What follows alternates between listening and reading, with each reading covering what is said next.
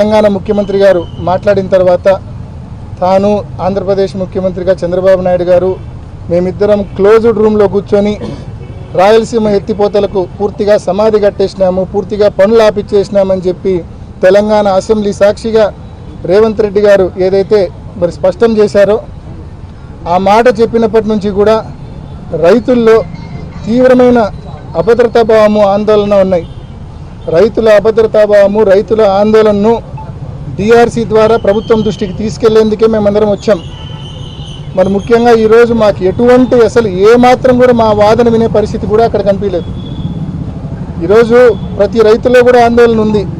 వర్షాలు బాగా పడినప్పుడు, శ్రీశైలంలో ఫ్లడ్ డేస్ ఎక్కువ ఉన్నప్పుడు తెలంగాణ పవర్ జనరేట్ చేసిన, తెలంగాణ ఎత్తిపోతల పథకాల్లో నీళ్లు ఎత్తిపోసుకున్నా మనం గ్రావిటీ ద్వారా తీసుకోవచ్చు. ఏది వర్షాలు బాగా పడినప్పుడు ఫ్లడ్ డేస్ దాదాపు 150-180 రోజులు ఫ్లడ్ డేస్ ఉన్నప్పుడు ఇది సాధ్యం.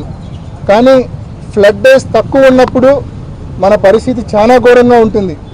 మన ప్రాంతానికి 111 టీఎంసీలు రావాలా, ఎస్ఆర్బీసీకి సంబంధించి 19 టీఎంసీలు రావాలా, తెలుగుగంగకు సంబంధించి 39 టీఎంసీలు రావాలా, జిఎన్ఎస్ఎస్కి సంబంధించి 38 టీఎంసీలు రావాలా, చెన్నై డ్రింకింగ్ వాటర్కు 15 టీఎంసీలు రావాలా, కేసీ కెనాల్ ఏదైతే ఇక్కడ మనం శ్రీశైలం నుంచి మనం తీసుకుంటామో దానికి 10 టీఎంసీలు రావాలా, మొత్తం 111 టీఎంసీలు నీళ్ళు మనకు రావాలా.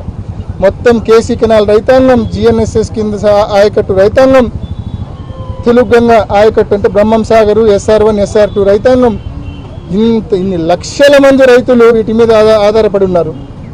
మరి ఇంత పెద్ద అంశాన్ని ఏమాత్రం అంటే మేము చర్చ మొదలు పెడితే 2 నిమిషాలు మా వాదన వింటనే రివర్స్ ఎదురుదాడికి మళ్ళా మేము సమాధానం ఇస్తే డైవర్షను. కేవలం ఎదురుదాడి, డైవర్షన్ తప్ప ఏమీ లేదు ఇక్కడ. ఏ సమస్యలు ఏవనెత్తినా ఇంతే. మరి ఈ డిఆర్సీ మీటింగ్లు ఎందుకో మరి అర్థం కాని పరిస్థితి. మరి ఇవాళ కూడా రైతుల తరపున రైతులు ఏదైతే ఆందోళన పడుతూ ఉన్నారో, ఓ పక్క తెలంగాణ పవర్ జనరేషన్ అనే పేరుతో నీళ్లు కిందికి వదులుతూ ఉంది, ఓ పక్క పాలమూరు రంగారెడ్డి దిండి ఎత్తిపోతల నుంచి వాటరు రోజుకు 3 టీఎంసీలు పంప్ చేస్తే 5-6 టీఎంసీలు వచ్చే ఫ్లడ్ ప్రతిరోజు తెలంగాణ ప్రాంతానికే పోతే ఎప్పుడు నీళ్లు 880 లెవెల్కి రావాలా, ఎప్పుడు 854 లెవెల్కి రావాలా, ఎప్పుడు మన ప్రాంతానికి నీళ్లు రావాలా? 854 అడుగులు పైకి పోతేనే కదా మనకు కనీసం 7000 క్యూసెక్లన్నా వచ్చేది. ఈ ప్రాబ్లం దృష్టిలో పెట్టుకొని గతంలో దివంగత ముఖ్యమంత్రి డాక్టర్ వైఎస్ రాజశేఖర రెడ్డి గారు పోతిరెడ్డిపాడు 11,000 ఉంటే సరిపోదు, ఫ్లడ్ బాగా ఉన్నప్పుడు శ్రీశైలంలో 880 ఫీట్ లెవెల్ ఉన్నప్పుడు పెద్ద ఎత్తున నీళ్లు డ్రా చేసుకోవాలా అని చెప్పి పోతిరెడ్డిపాడు హెడ్ రెగ్యులేటర్ను 44,000 క్యూసెక్లకు ఆనాడు రాజశేఖర రెడ్డి గారు పెంచి ఒక గొప్ప నిర్ణయం తీసుకున్నారు. ఆ నిర్ణయం వల్లనే ఫ్లడ్ డేస్ బాగా ఉన్నప్పుడు మనం పెద్ద ఎత్తున మన ప్రాంతానికి నీళ్లు తీసుకోగలుగుతూ ఉన్నాం.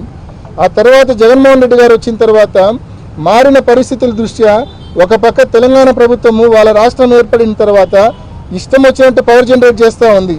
ఆ గతంలో ఒకే రాష్ట్రం ఒకే మాట, ఇప్పుడు రాష్ట్రాలు 2 అయిపోయిన తర్వాత తెలంగాణ ప్రభుత్వం వాళ్ళ ఇష్టం వచ్చినట్టు వాళ్ళు పవర్ జనరేషన్ చేస్తూ ఉన్నారు. వాళ్ళ ఇష్టం వచ్చినట్టు వాళ్ళు లెఫ్ట్ కెనాల్ నుంచి మరి ఎత్తిపోతల పథకాలు నిర్మించుకుంటూ పోతూ ఉన్నారు.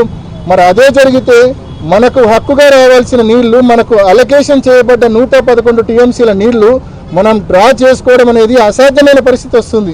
కాబట్టి చదరంగంలో ఎత్తుకు పై ఎత్తు ఎలా వేస్తారో తెలంగాణ ప్రభుత్వం ఎత్తులకు పై ఎత్తు జగన్మోహన్ రెడ్డి గారు వేసి వాళ్ళ అనుమతులు లేకుండా ప్రాజెక్టులు ఏ రకంగా ముబ్బడిగా కట్టి నీళ్లు ఎత్తిపోసే ప్రయత్నం చేశారో మనం కూడా రాయలసీమ ఎత్తిపోతల పథకం ద్వారా రోజుకు 3 టీఎంసీల నీళ్లు 800 అడుగుల్లోనే రోజుకు 3 టీఎంసీల నీళ్లు తీసుకొని తద్వారా మన ప్రాంత రైతాంగం యొక్క ఇంట్రెస్ట్ను, మన ప్రాంత వ్యవసాయాన్ని ప్రొటెక్ట్ చేయాలని చెప్పి జగన్మోహన్ రెడ్డి గారు 2020లో దాదాపు ఆ ప్రాజెక్టు మొదలుపెట్టి ఎన్ని ఇబ్బందులు వచ్చినా దాదాపు 950 కోట్ల రూపాయలు ఆ ప్రాజెక్టు కోసం ఖర్చు కూడా చేయడం జరిగింది.